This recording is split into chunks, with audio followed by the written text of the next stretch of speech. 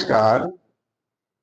राशिफल कैसे जानें, उस क्रम में आज हम आपको शनि का राशिफल किस तरह प्रभावित करता है ये बताने जा रहे हैं। शनि राशिफल का मतलब हुआ शनि साढ़े साती भी। शनि साढ़े सात का मतलब ये हुआ कि 7.5 वर्ष। जैसा कि हमने पहले अपने गत किसी वीडियो में कहा है कि शनि एक राशि पर 2.5 वर्ष तक भ्रमण करता है, और तो 3 राशियों को मिला करके 3 गुणे 2.5 बराबर 7.5 वर्ष।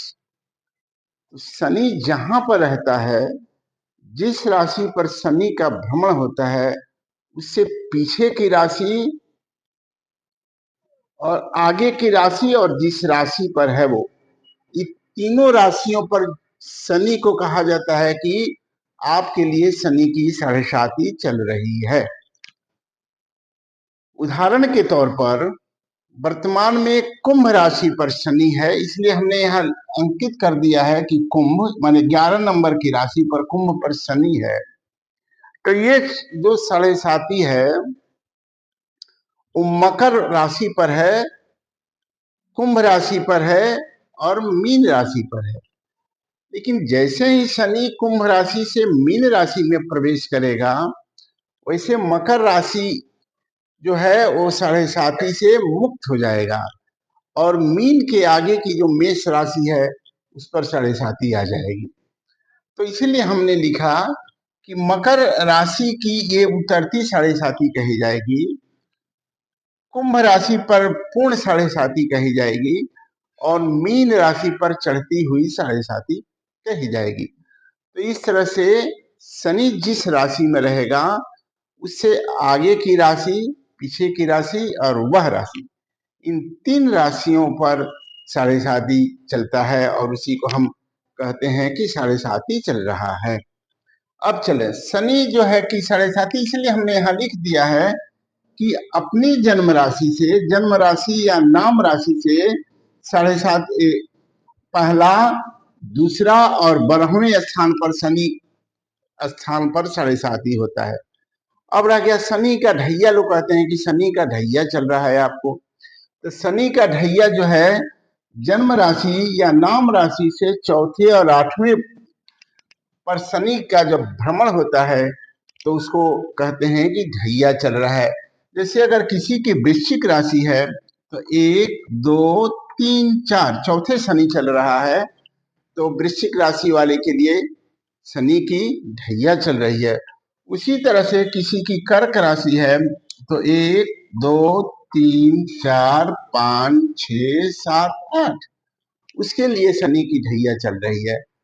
तो शनि की 7.5 और शनि की ढैया ये दोनों ही शुभ फल नहीं प्रदान करते, ये जीवन के विभिन्न पक्षों को प्रभावित करते हैं नकारात्मक ढंग से।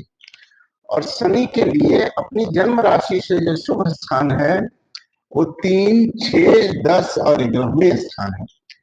इन स्थानों पर जब शनि का भ्रमण होता है जन्म राशि या नाम राशि से, तो शनि जो है वो शुभ फल करता है। अब चले क्या फल करता है।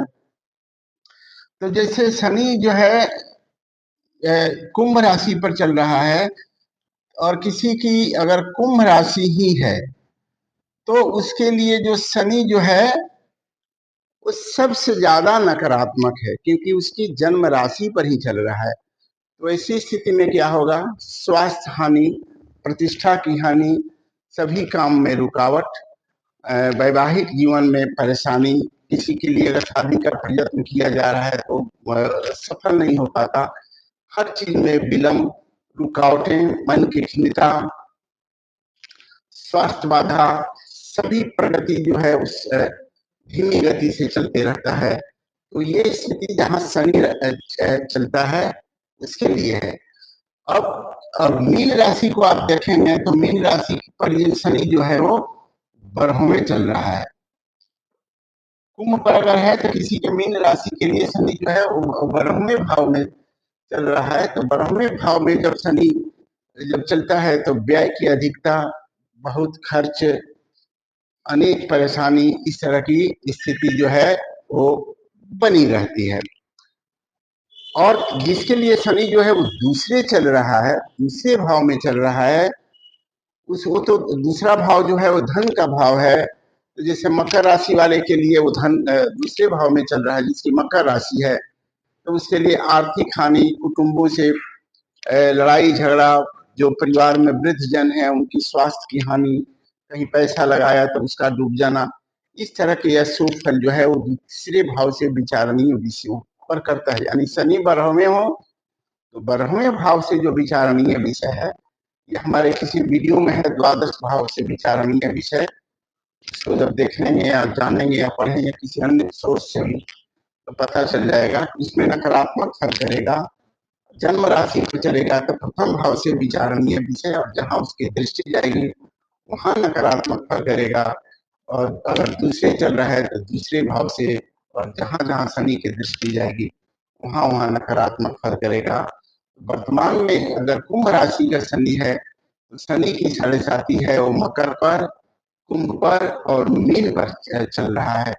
और शनि कुछ समय में कुछ माह में प्रवेश करेगा मीन राशि में, तो ऐसी स्थिति में मीन पर, मेष पर और कुंभ पर, इन तीनों राशियों पर शनि की साढ़े साथी है वो यथावत बनी रहेगी आज की